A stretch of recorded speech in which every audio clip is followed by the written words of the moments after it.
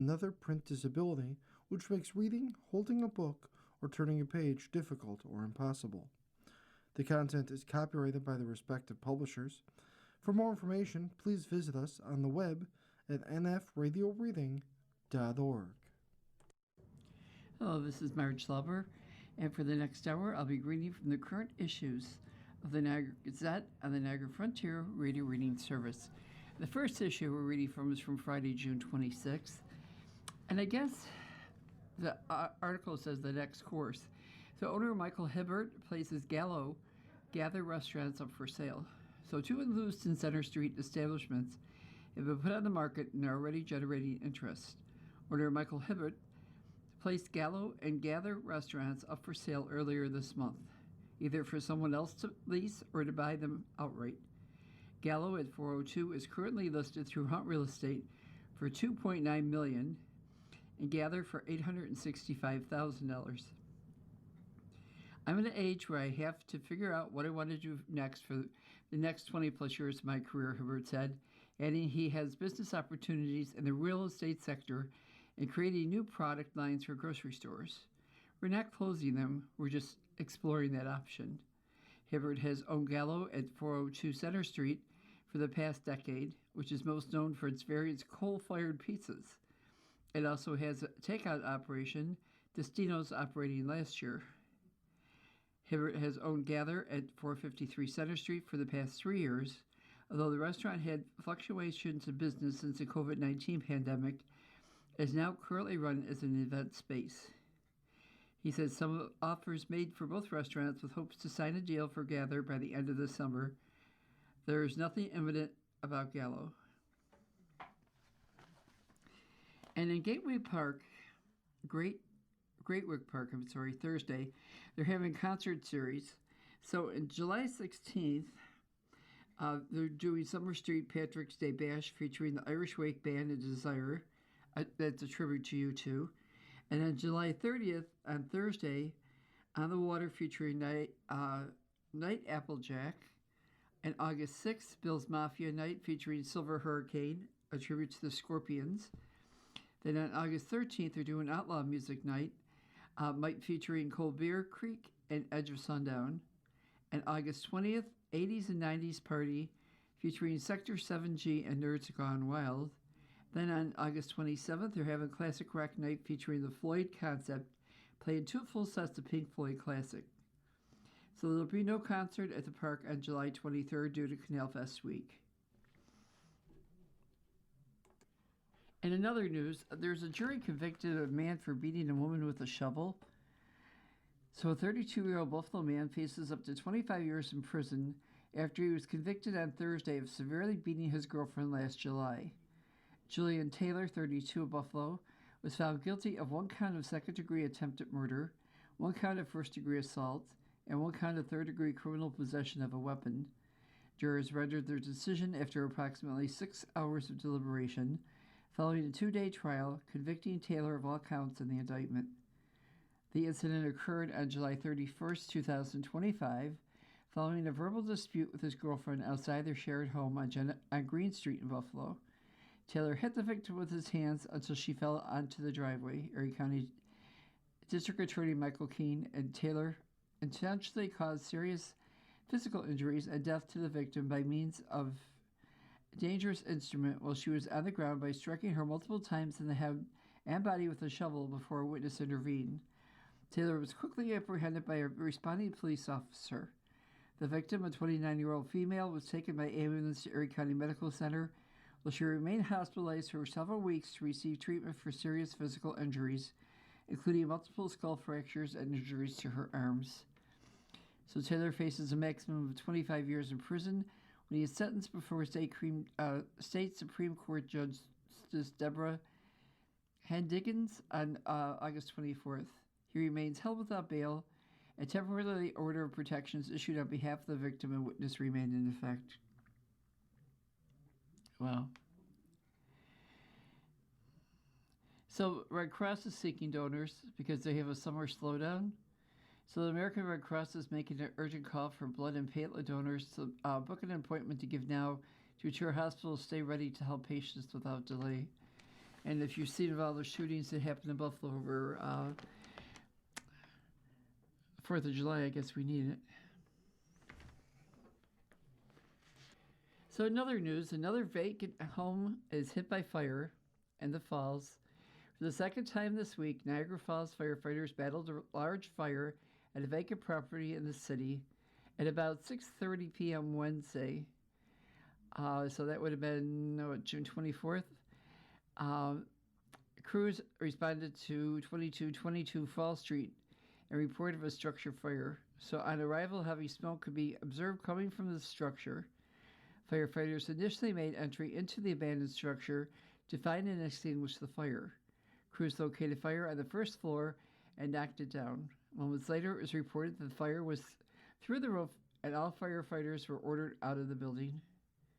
Fire crews set up defensive operations utilizing 2 aerial master streams for the both ladder trucks and several hand lines to surround and drown the burning building.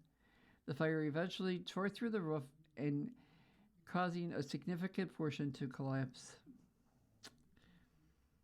Well, so the AAA is leading the charge for a trip to Miami for January Buffalo Bills game. If you're interested, AAA Western and Central New York is offering a group travel tour for Buffalo Bills fans to see their favorite team on the road versus the Miami Dolphins this coming season.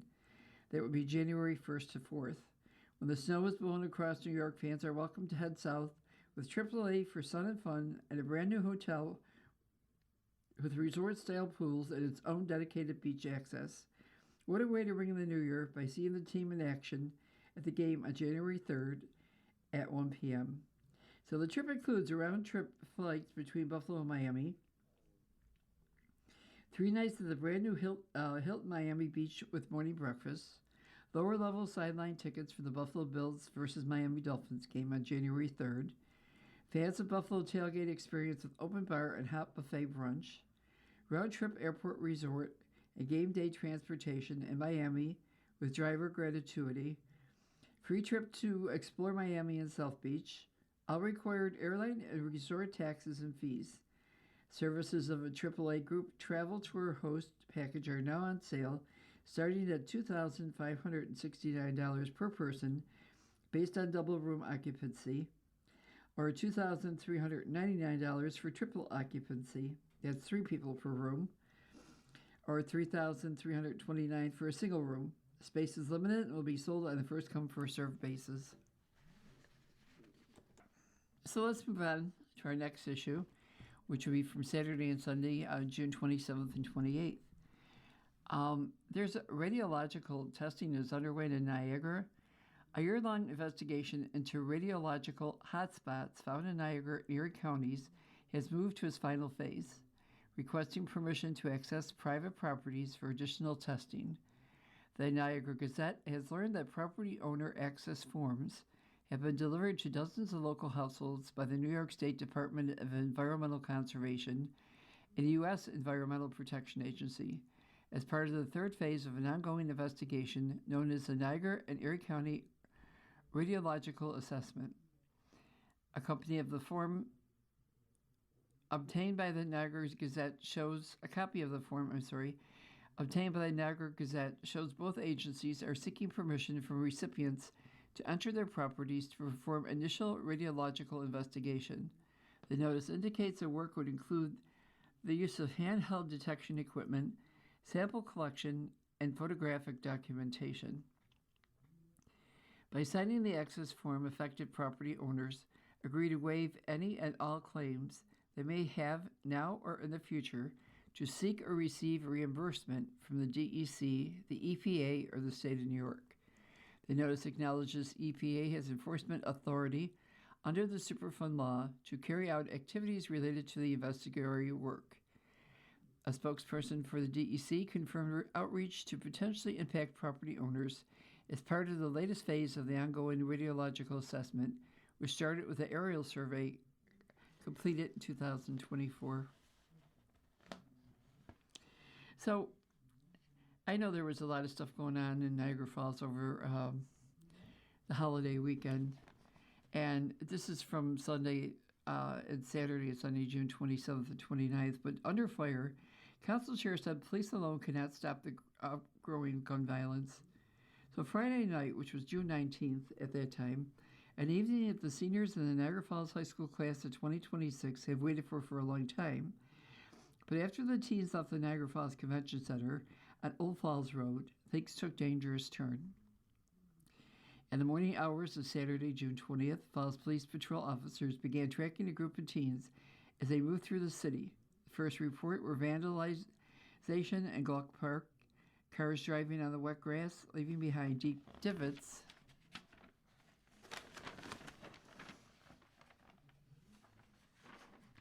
And from there, the cars and teens moved to Legends Park on 11th Street, then to a gathering in the parking lot behind the Calfus School on Beach Avenue. So at 3:20 a.m., police responded to call of shots heard in the area of Center Court. Responding patrol officers found nothing at the scene, no victims, no spent shell casings, and no signs of property damage. So less than an hour later, police dispatchers received a call from Niagara Falls Memorial Medical Center. Doctors in ER 1 were treating a 17-year-old male with gunshot wound to his hand. The wound was a graze, not life-threatening. As criminal investigation detectives began an investigation of the shooting, they located a Nissan Armada in the 3300 block of Royal Avenue. They found a bullet hole in the driver's side rear window, and the door window was shattered. The vehicle had reportedly been in the area Center Avenue when it was hit by gunfire. As investigators looked for a crime scene on Center Avenue, they found a home at 1505 Center Avenue where a front window had been hit by gunfire. After the sun came up around 9:20 a.m., officers were sent back to the Center Court neighborhood, where a resident in the 2909 block of Aaron Griffin Way told them she had awakened to find that her house had been hit and damaged by gunfire. The officers found a broken front window and a bullet lodged in a wall inside the house. Wow, it's crazy stuff that's going on. So, in New York, Saks Global, the parent company of Neiman Marcus, Saks Fifth Avenue, and Bergdorf Goodman, officially emerged from Chapter 11 bankruptcy Friday. In fewer stores, less debt, a more focused strategy to pamper the affluent, and a new name. The company said Friday that the new entity will be called Exemplar Luxury Group, and with an improved balance sheet, including a nearly 75% debt reduction and $500 million in extra financing. Its CEO, Jeffrey Remdonick, said that the New York-based company is ready for its next chapter after navigating several tumultuous years. Today is really a brand new day for the organization, and a new day where these three iconic banners have the right funding, the right equity, and a bright future ahead of them, Van Donnick told the Associated Press on Friday during a phone interview. So Van Ramdonick said that the new name signifies the company's focus on having an exemplary shopping experience, the best merchandise, and perhaps personalized service with customers, with help from its sales associates and the treasure trove of data it has on its customers. Wow. And we have an obituary here, I'm sorry to announce. Susan B. Holmes, she was from Ransomville. She passed away on June 25th. So in other news, Governor Kathy Hochul announced $8.5 million for Route 93 work in Niagara County. So construction's begun on two key roadways in Erie and Niagara counties. The two projects, totaling more than $17 million, include $8.5 million for the reconstruction and resurfacing of 2.3 lane miles of the State Road 93 in the village of Youngstown and the town of Porter, and $8.7 million for the rehabilitation of three bridges along Interstate 990 in the town of Amherst. These smart investments will strengthen vital upstate travel corridors for everyone, businesses, commuters, college students, residents, and visitors alike. The work has now being done now and will make their trips safer, smoother, and more reliable. Very good. So, a meal worth the sting. One predator-prey interaction always leaves me torn. Birds sparked my love for the natural world years ago, but after my interest lapsed during adolescence, bees brought me back to the fold. So I found myself split between two allegiances. The first time I watched a bird, in this case a great catbill, swoop into the garden and snatch a bumblebee on the wing. This is by Colby Geller. This is the outside story. He said, I had long assumed, perhaps simplistically, that birds avoided bumblebees, and bumblebees and wasps for that matter, for the simple fact that targets such stinging equipment prey was a risky gamble. Plus, it was the height of summer, and the garden teemed with less formidable insects. So as I watched the catbird steal into the bushes with its meal, two questions came to mind. How often do birds prey on bees and wasps? And how do they avoid a painful jab when swallowing species with stingers? Stinging bees and wasps like bumblebees and bald-faced hornets, as well as many species that do not sting, like sweet bees, are members of the Hymenoptera, the scientific order that includes more than 150,000 species of bees, wasps, and ants. We know less than one might think about specific prey items that birds eat. Most of what we know is that birds eat insects or arthropods. Niagara pointed to several data sets that document the diets of North American forest birds, which consume a high volume of insects. One from the 1980s found that Hymenoptera comprised 9% of the study's species diet. This number is far less than the two most commonly consumed orders, which is beetles at 48% of the larvae of butterflies and moths, but more than orders like flies are only 3%. Another study examined which birds prey on the Vespidae, a family of stinging wasps that includes yellow jackets. The study findings indicate that blue jays, Cape May warblers, yellow-bellied sapsuckers, Nashville warblers, and several flycatcher species eat wasps. Spencer Hardy, a bee biologist, also said that bird species that feed on the ground, such as American robins and eastern bluebirds, are likely to eat bees regularly, since many bees are ground nesters and on cool mornings can occasionally be found crawling around near nest sites. I wonder if the honeybees taste sweet. So anyway, let's go on to an ounce of prevention is worth money in the bank. This is Mary Hunt. She's an everyday cheapskate. She said, today's topic's not pretty, but unless you have $8,000 earmarked for dental care, it could prevent a lot of pain, both dental and financial. Periodontal disease is an infection that destroys the attachment fibers and supporting bones that hold the teeth and the jawbone itself. So bacteria gets caught between the teeth and under the gum, forming a sticky substance called plaque that hardens to form tartar. So this leads to infection known as gingivitis. As it spreads deeper into the bone, it begins to decay, and pus forms, which causes swelling, redness, and bleeding. If not treated, the teeth will become loose and fall out. So now, do I have your attention? Great. Because there are relatively inexpensive measures you can take to prevent this ugly situation. And all of the very extensive treatments required to treat and hopefully reverse it. Here's what you do. You floss, and you can water floss. You power brush. You massage using that rubber tip simulator to massage your gums.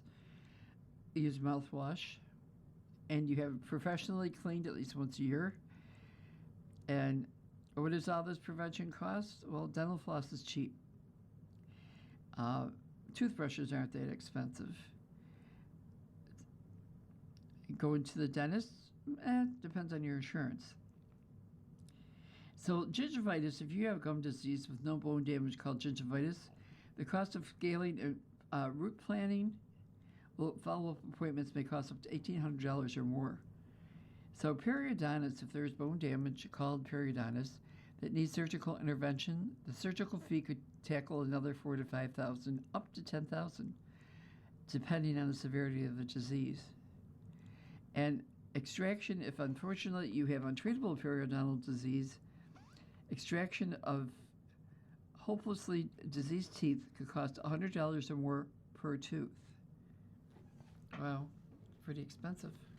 Into a reading of articles and features from the Niagara Gazette on the Niagara Frontier Reader Reading Service. Erotic because it's summertime. There's a recipe here for tomato salad with peanuts, cilantro, and chipotle sesame dressing, which sounds pretty good.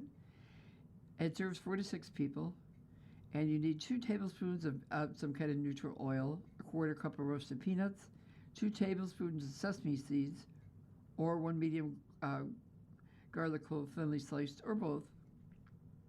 1 chipotle chili and adobo sauce minced, plus 1 teaspoon of adobo sauce, 3 tablespoons of cider vinegar, kosher salt, and ground black pepper, and 2 pounds of ripe tomatoes, cored and cut into 1/2-inch wedges.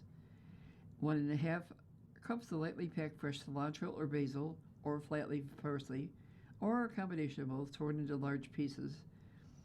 So in a small saucepan over medium, you combine the oil and peanuts. You cook, stirring occasionally until fragrant and browned at 4 to 6 minutes. Using a slotted spoon, you transfer the peanuts to a paper towel-lined plate. And then to the saucepan over medium, you add the sesame seeds, cooking, stirring until lightly golden in about 2 minutes. Remove from the heat, then stir in the chipotle and adobo sauce, vinegar, and a 1/4 teaspoon each of salt and pepper. Then you cool that to room temperature. And then meanwhile, in the serving bowl, you toss the tomatoes with a 1/2 teaspoon of salt. And you let it stand for about 10 minutes. Then you chop the peanuts. You spoon the chipotle sesame mixture over the tomatoes, add the cilantro and peanuts, then stir gently. This sounds pretty good. Something different for summer. Move on to our next issue, which would be Tuesday, June 30th, which I think is last week. So, Ghost of Water Street. Former resident seeks answers on health risks and environmental exposure. In Lockport, Sterling Carroll pointed across the 18-mile creek Superfund site Monday, describing where his childhood home once stood and the neighborhood that surrounded it. "That was a bridge we walked across to go to school," Carroll said, pointing to a severed steel railing jutting out of the creek bank. The bulldozers that demolished Carroll's home at 113 Water Street due to contamination couldn't erase his memories. The other thing Carroll is left with is nagging concerns about his health and what help exists for people like him from the surrounding streets. "We should be looked at with cancer screenings, especially the kids," he said. "The EPA is only saying the site is going toward Dolan Park, but not Jackson Street or Scoville Street, which is just 2 streets away." So in April, the U.S. Environmental Protection Agency said it identified more than 100 properties in Lower Town for remediation as part of the 18-mile creek corridor cleanup. The agency first declared the former Flintcoat site an adjoining property at Superfund Environmental Remediation site in 2008. The first phase of cleanup of contaminating PCBs and heavy metals, including lead, began in 2015. So the site now extends from Lowerton to Olcott, where the creek flows into Lake Ontario. Mike Basil, a spokesman for EPA Region 2, said in April that the agency identified 28 industrial and residential properties along or near the creek in the city in 2019 and signed a reparative decision in 2024. Phase 2 of the remediation got underway at Upson Park and 33 residential properties along Mill, Porter, Chapel, North Adam, Butler, Dayton, and Frost Streets. "We're continuing to try to identify where the contamination stops in residential properties," he said. Well, so this was from June 30th, and it was extreme temperatures arrived. And as you know, last week it was like extremely hot and extremely muggy, and it's come down a little bit now, a little bit muggy today, but the temperatures are in the lower 80s instead of closer to 90, which is pretty good. So we also have one obituary here in this issue, and it's Evelyn Shearer, who passed away on June 25th. She was from Youngstown. In another news, 396 million free school meals served across New York. To mark the end of the school year, Governor Kathy Hochul on Friday announced that 396 million free school meals have been served in schools statewide. The state's Universal School Meals program, launched last year, guarantees every student in New York state access to a healthy breakfast and lunch at participating schools regardless of financial status, which I think is wonderful. So there you go. So there's some dates ahead in our community calendar that we should look out for. And on Wednesday, July 8th, is Cataract Surgery Lunch and Learn. And it's at noon to 1. Free to attend, enjoy lunch on us, and a presentation of the latest advances in cataract surgery by one of our surgeons. And that's hosted by Fitch and Elmer Eye Care. And that's going to be at My Tomato Pie at 3035 Niagara Falls Boulevard. And then on Saturday, July 11th, there's Christmas in July, which is the 20th annual, a gourmet dinner and basket raffle. And you have to present a ticket to gain admission. It's at Our Lady of Fatima Shrine. You know where that is, at 1023 Swan Road in Lewiston. And if you want more information, you could call 716-754-7489.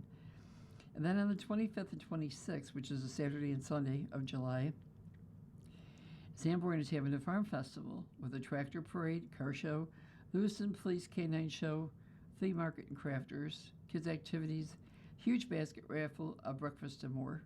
So if you want more information on that, you can call Bonnie at 716-957-4851.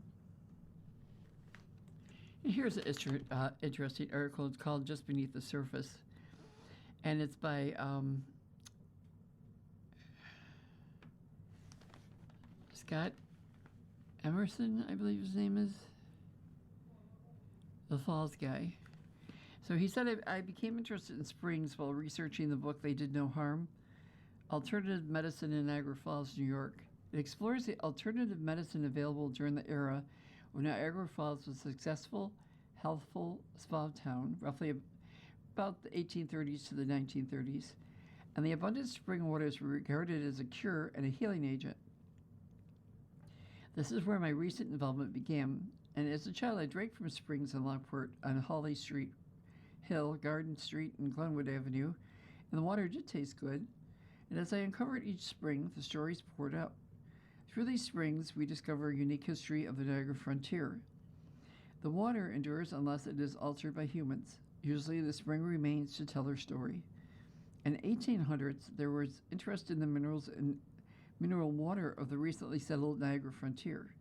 Here are a few examples as described in government publications.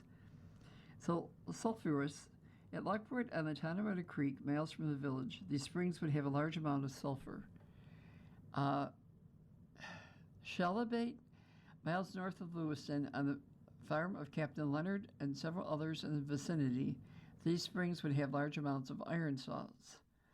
Brine, several along the course of 18-Mile Creek between Lockport and Lake Ontario, these springs would have a large amount of salt. Inflammable gas at Gasport, in the town of Royalton, 6.5 miles from Lockport, from the Mineralogy of New York by Louis Beck, another reference from the Department of the Interior United States Geological Survey in 1886, New York State says that Lockport Mineral Spring, which is 1 mile north of Lockport, Niagara County saline improved, but used the residents of Lockport. There's a further analysis of the spring listing the tested content of sodium chloride, which is salt, and it's very high. And the Sulphur Spring, north part of Pendleton Township, these two government documents list known springs, and in some cases the water's mineral content or use. They were examining the water's commercial applications because at the early and primitive time in science, medicine, and healing, the minerals were thought to help with health problems, and some may have. I still use these publications because they are useful for tracking down old springs and for giving us a perspective on their importance in earlier times. And there's improvement in these springs. Often in the first improvement to a spring was an open basin to hold drinking water. Hands, cups, and buckets were used to draw water. This left the water vulnerable to bacterial and disease contamination from animals and human contact. Then a major change reduced the contaminants entering the water. The basin was covered to protect it from external contamination, and water flowed through a pipe. Visitors could use the spring with reduced risk. So how are springs viewed by the public? Well, the articles and presentations on springs attract interested audiences. People want to know about the springs they remember from their childhood. They quietly want to know if it's still there, flowing, and they always remark about the good taste. It's the best water I ever had. You are listening to a reading of articles and features from the Niagara Gazette and the Niagara Frontier Radio Reading Service. So, a feature we have is the Founding Fathers 250. So, did you know? Most Founding Fathers were young men, often viewed as old men with white wigs and false teeth. Many were quite young when they helped create the country. George Washington was 43 when he accepted command of the American Army during the war.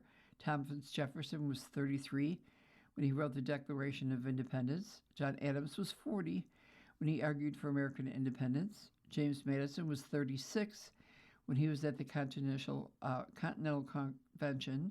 John Jay was 43 when he became the first Chief Justice. Alexander Hamilton was 33 years old when he made Secretary of the Treasury. The oldest person was Benjamin Franklin, who was 70 years old at the Second Continental Congress. So, George Washington was a military mind, America's first president and leader who had the foresight to step down, setting a mission term limits of the country's most powerful office. And John Adams, America's second president, was one of the fiercest advocates for the country's independence. He nominated Washington to lead the Continental Army. Thomas Jefferson was a summary view of the rights of British America, he wrote. The document asserted the colony's right to self-government, paving the way for his selection in 1776 at age 33 to write what would become the Declaration of Independence. James Madison, even though his health was poor, it didn't stop him from being a valuable contributor to the revolutionary cause. He joined the Continental Congress in 1780 and started pushing for more order in 1783. Alexander Hamilton, born an illegitimate child in the Caribbean and an orphan at age 13, Hamilton overcame the adversity to become a brilliant revolutionary mind who joined the New York militia at age 20 and advanced to become George Washington's lieutenant colonel. Benjamin Franklin, who was a writer, inventor, and statesman, he was the only founding father to sign all four key documents that led to the formation of the United States. And John Jay descended from one of New York's oldest Dutch families and was taught at home by private tutors, his mind gravitating toward the law. Despite wanting to avoid war, Jay said the Stamp Act, the Quartering Act, and the Intelligible Acts as British overreach, drafting addresses pleading for reconciliation. So that was our Founding Fathers. Okay, let's move on to our next issue, which is from Wednesday, July 1st. Authorities confirm a video of a man swimming below the Horseshoe Falls. Wow. So several onlookers who were taking in the grandeur of the Horseshoe Falls in Canada on Sunday caught a glimpse and even some video of a man who appeared to be swimming in the swirling waters below. Authorities have not commented on the situation. However, a video of the man floating in the lower Niagara River near the falls was posted and shared multiple times on Facebook, with some witnesses suggesting the man left behind some personal belongings, climbed over a protective railing, and either jumped or fell into the water before he could be reached by public safety personnel. The video making the rounds on social media shows a man kicking his legs and waving his arms while attempting to stay afloat in the turbulent waters in the basin of the Horseshoe Falls. One witness posted that he was there when the man left his phone and earphones on the railing, climbed over the railing, and sat on the edge of the lookout point. The police and security officers ran over. By the time they reached him, he had already jumped. Multiple people posted on social media that the man survived the incident and was taken to a local hospital for treatment of non-life-threatening injuries. Wow. So there's a Sanborn man. He's going to serve a 22-year prison term for manslaughter. In Lockport, a Sanborn man received the maximum possible sentence for his guilty plea in connection with a 4-year-old homicide. Niagara County Court Judge John Ottavino handed down a 22-year prison term to Gabriel Moyer, 24, for his guilty plea to a charge of first-degree manslaughter in the June 22nd slaying of Keith Agee. Moyer entered his plea in April as he faced a second trial on murder, robbery, and weapons counts in connection with the Agate homicide. In return for his plea and a deal with Niagara County prosecutors, Optaviano agreed to sentence Moyer to a prison term of no more than 18 to 22 years. So, in other news in this issue, a Rochester man says that federal officers visited home after ICE email. So, second upstate New York resident said Tuesday that federal officers have served him with a warning about online activity that criticized U.S. Immigration and Customs Enforcement. An attorney represented David Streever of Rochester said that Streever was on a trip to Finland when two officers showed up to his home last week and presented his wife with a warning notice, informing him that an email he sent months earlier was a threat. Streever sent the email to Todd Lyons, then the acting director of ICE, in January after an immigration official fatally shot Minneapolis resident Renee Good during an anti-ICE demonstration. And in the email, Streever called Lyons a monstrous human being who will never know peace. The warning to Streever arrived that same week. Poll worker Pagelin Gagne of Syracuse said two federal officers visited her at a voting location during New York's primaries to confront her about a social media post she's written about the ICE officer who shot Good. Federal agents also attempted to confront Streever at a hotel in New York City when he returned from Finland, but they were turned away by hotel staff. In the email, Streever told Lyons, the way you are protecting the obvious execution in Minnesota, even as we see the videos, will lead to your downfall. So he got in trouble for that. So other news, there was a motorcyclist injured in a crash recovering at ECMC. So a 20-year-old Youngstown man is recovering at Erie County Medical Center following Monday morning's motorcycle crash in the town of Porter. The crash occurred about 10:10 a.m. Monday in front of 1678 Braley Road, according to the Niagara County Sheriff's Department. The Youngstown man was riding a dirt bike and tried to cross Braley Road through a tree line and pulled into the path of a pickup truck heading west on Braley. When deputies arrived on the scene, the Youngstown man was found unconscious and suffering from serious injuries. Deputies and arriving EMS personnel immediately began providing medical care at the scene. He was eventually flown to Erie County Medical Center with life-threatening injuries. And the crash remains under investigation. So, some news about President Trump here. In New York, President Donald Trump took a nearly $1.2 billion from his crypto business last year. A federal filing released Monday shows, locking in profits while his investors were socked with losses. Mere startups, when took the oath of office, the new ventures have now eclipsed in revenue much of his vast property portfolio it took decades to accumulate. Fueling the rise was a pair of billionaire investors and Trump's own move to quash a federal crackdown on the industry. Trump got more than $500 million from his World Liberty financial business selling new crypto products, including governance tokens, according to the required annual disclosure report with the Office of Government Ethics.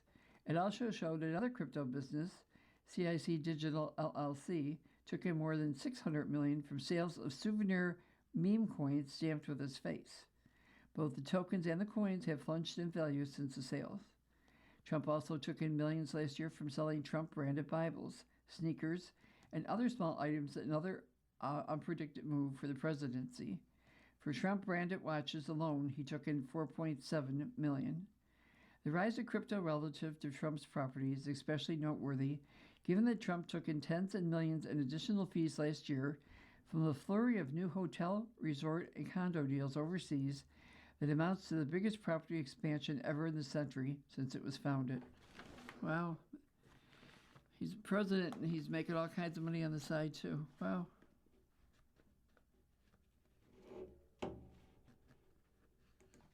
And that, last but not least, we're going to be July 2nd. So there's a murder plea in question. Falls man claims ineffective representation. In Lockport, Niagara County judge will weigh a request from a Falls man to withdraw his guilty plea in a domestic violence homicide case. Niagara County Judge Carol Ojetek heard arguments Tuesday on a motion filed by Edward J. Palmer Jr., 65, to change his plea to a count of second-degree murder and the slaying of Jeannie M. Skull, 48, also of the Falls. So on March 2nd, with a pool of potential jurors waiting for selection in a courtroom at the Niagara County Courthouse, Palmer's defense attorney surprised Niagara County prosecutors by asking if there was a plea available for her client. Prosecutors said they had not previously discussed a deal in Palmer's case. So Palmer's defense attorney, they said, had indicated that her client had no interest in the plea offered. So a short time later, Palmer pleaded guilty to a single count of second-degree murder, the only count in a grand jury indictment against him stemming from Skull's murder. At the time of his plea, Niagara County District Attorney Brian Seaman indicated in a statement that Palmer would face a sentence of 20 years to life in prison. So he's scheduled for sentencing on May 9th. So there's a boost in funds that may expand the Niagara County child care. It's a good thing. More Niagara County families could soon receive help paying for child care after New York boosted funding for its child care assistance program by more than $1 billion as part of the state budget. And as part of this year's state budget passed in May, the state is increasing its various child care program funding from $1.7 billion to $4.5 billion, helping further pave the way for universal child care in New York.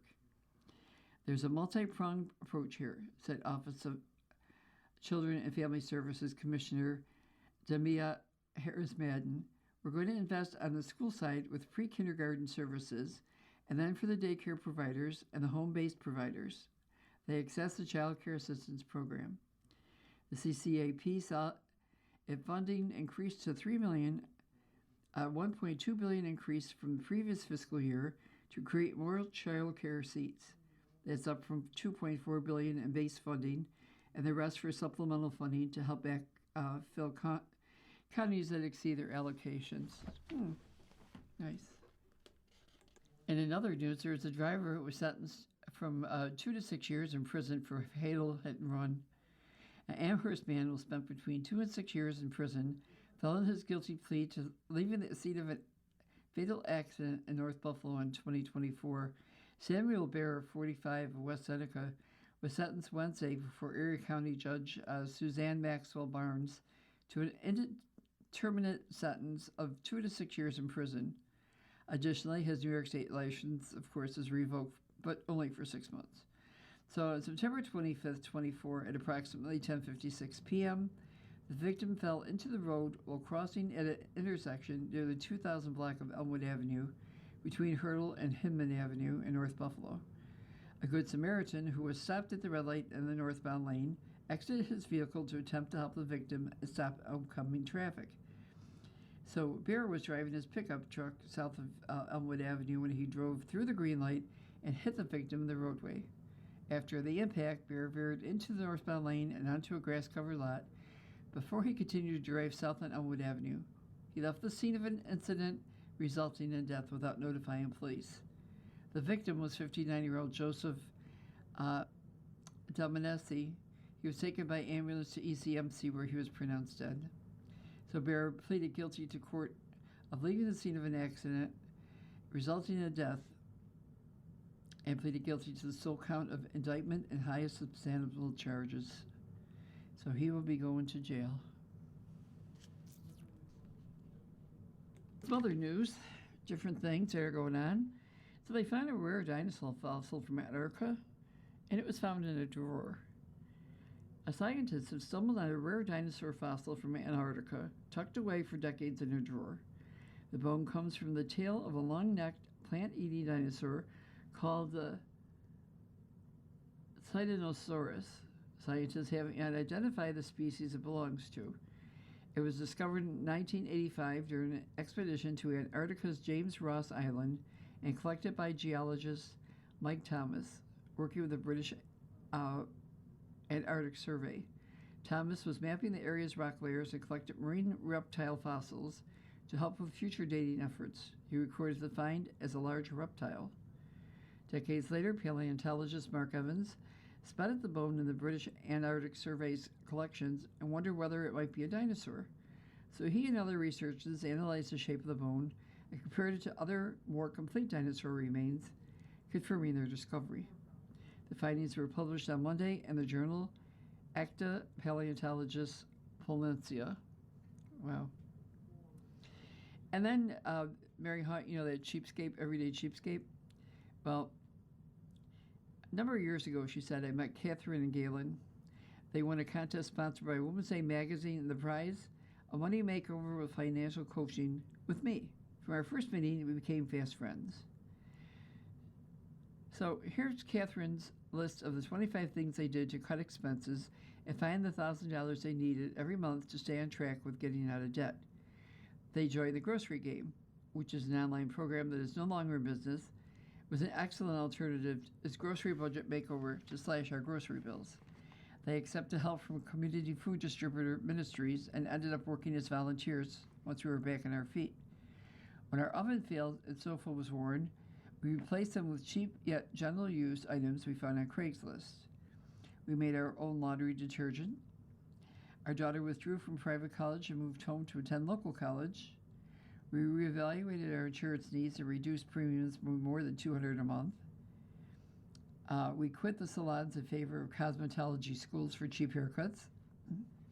We stopped eating out.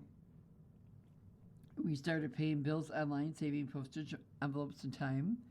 We cut the cable and borrowed movies for free from the library. We enjoyed entertainment opportunities that were free and local.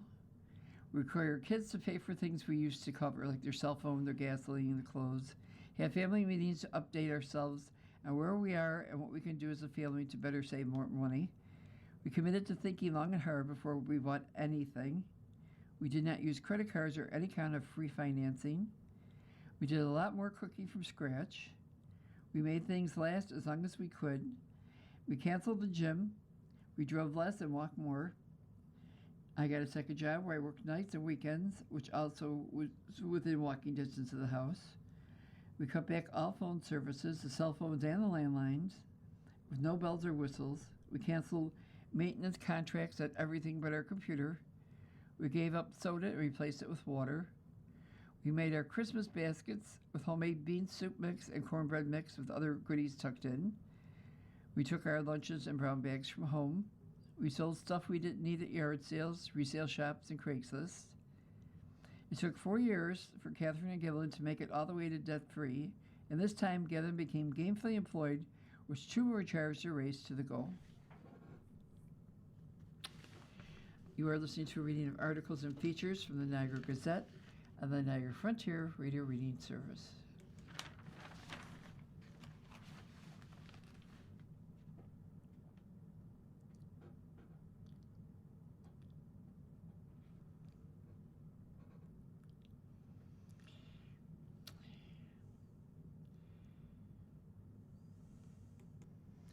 And I know it wasn't that long ago for the 4th of July, but the Declaration of Independence was issued by the Continental Congress on July 4th, 1776, and announced the separation of the 13 British colonies in North America from the United Kingdom. And here are some of the key facts. Number one, while Thomas Jefferson wrote the Declaration of Independence, it was carefully reviewed and modified by other members of the Continental Congress, notably John Adams and Benjamin Franklin. And then the Continental Congress actually voted for independence on July 2nd, 1776. The written declaration was dated July 4th, 1776, but it was actually signed on not until August 2nd of that year. And there were 56 delegates signed the Declaration of Independence, but not all were present on that day in August. While many knew that John Hancock signed first with his prominent signature readily visible, it is believed that Thomas McKean of Delaware was the last person to sign. Others signed according to state delegation and in columns, starting with the northernmost state, which was New Hampshire at the time, to the southernmost, which was Georgia. About 200 copies of the Dunlop broadside, which is the first copies of the Declaration, were printed today. 26 copies remain. The original rough draft of the Declaration of Independence has been lost. The Declaration of Independence was not universally accepted, and many people in the colonies remained loyal to the British monarchy and opposed American independence. And the Declaration of Independence has a message written on the back of it. It reads, Original Declaration of Independence dated 4th of July, 1776. And did you know that John Adams felt that after America gained independence from Great Britain, July 2nd was the correct date at which to celebrate American Independence Day. Thereafter, Adams would reportedly decline invitations to appear at July 4th events in protest.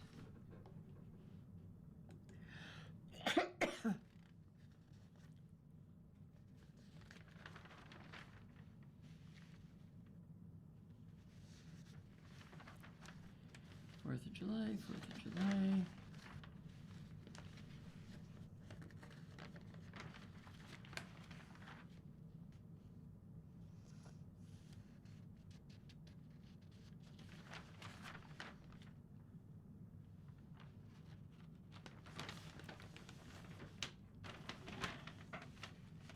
I'm not reading words. Piece of shit.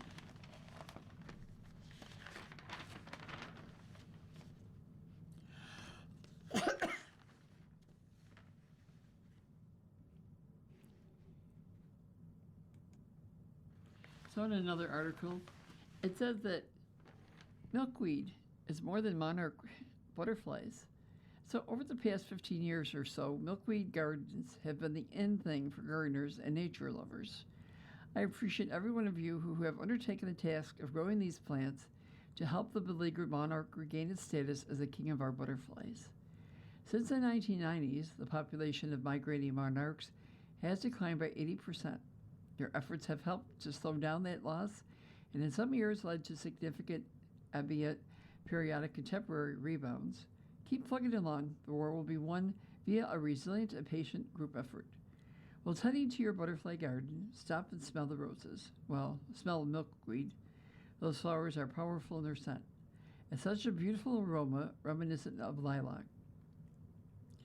Upon smelling it, it becomes obvious why so many pollinators and other insects love the flowers. Those are the creatures I want you to appreciate. Monarch butterflies get all the love and attention, and deservedly so, but peer into the flowers and you'll see an incredibly diverse and beautiful world of insect life, from beetles to bugs to bees. Your milkweed garden is an environment unto itself. When you create it or steward to help one species, more than one helps by so many others. So, we also have the all-you-can-eat buffet is fading. Oh no, thanks to COVID. In Las Vegas, on a cool fall evening after the end of World War II, Las Vegas watched Official Dumb and Cafe Society turn out for the opening of America's first all-you-can-eat buffet. It was a big night in a small town that dreamed of hungry visitors. The glazed ham and prime rib and the El Rancho Vegas were signs that American food was changing. The space race and arms race made Cold War headlines. The farm race was important. Genetics, chemicals, and motorized equipment nearly tripled U.S. farm production between 1948 and 2017. So what to do with all that food? Well, the beginning, at least 3 Vegas legends claimed inventing the all-you-can-eat buffet. The best-known tale says promoter Herb McDonald put cheese and cold cuts on a bar one night. Gamblers walked by saying they were hungry, and the buffet was born, read McDonald's obituary. Other casinos opened buffets for eating in between gambling, says Michael Green, a history professor at the University of Nevada, Las Vegas.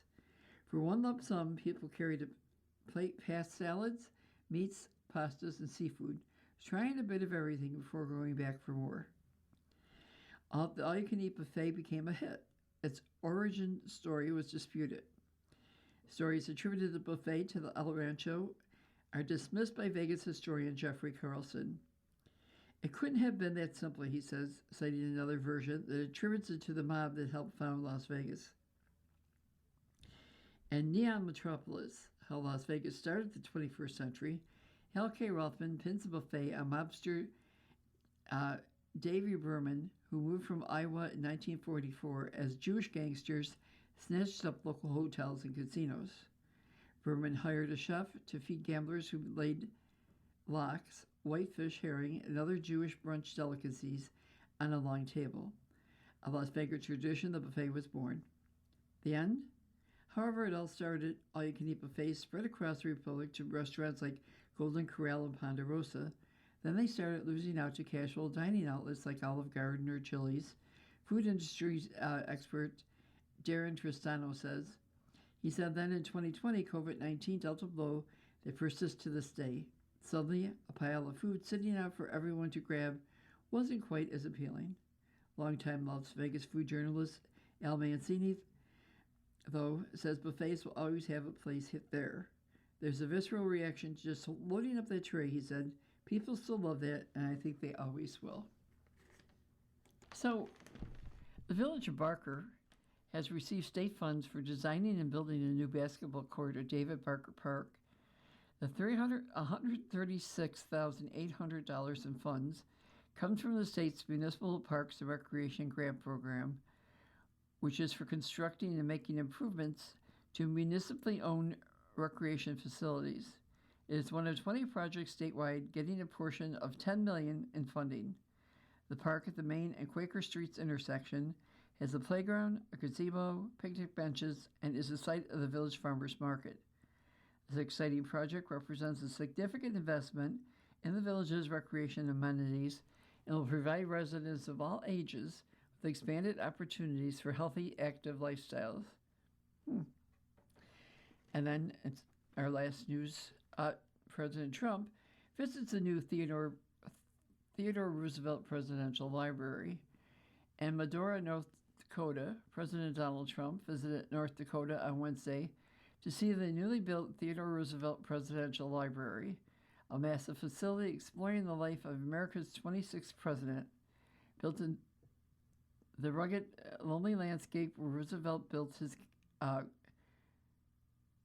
conversation values in the 1880s.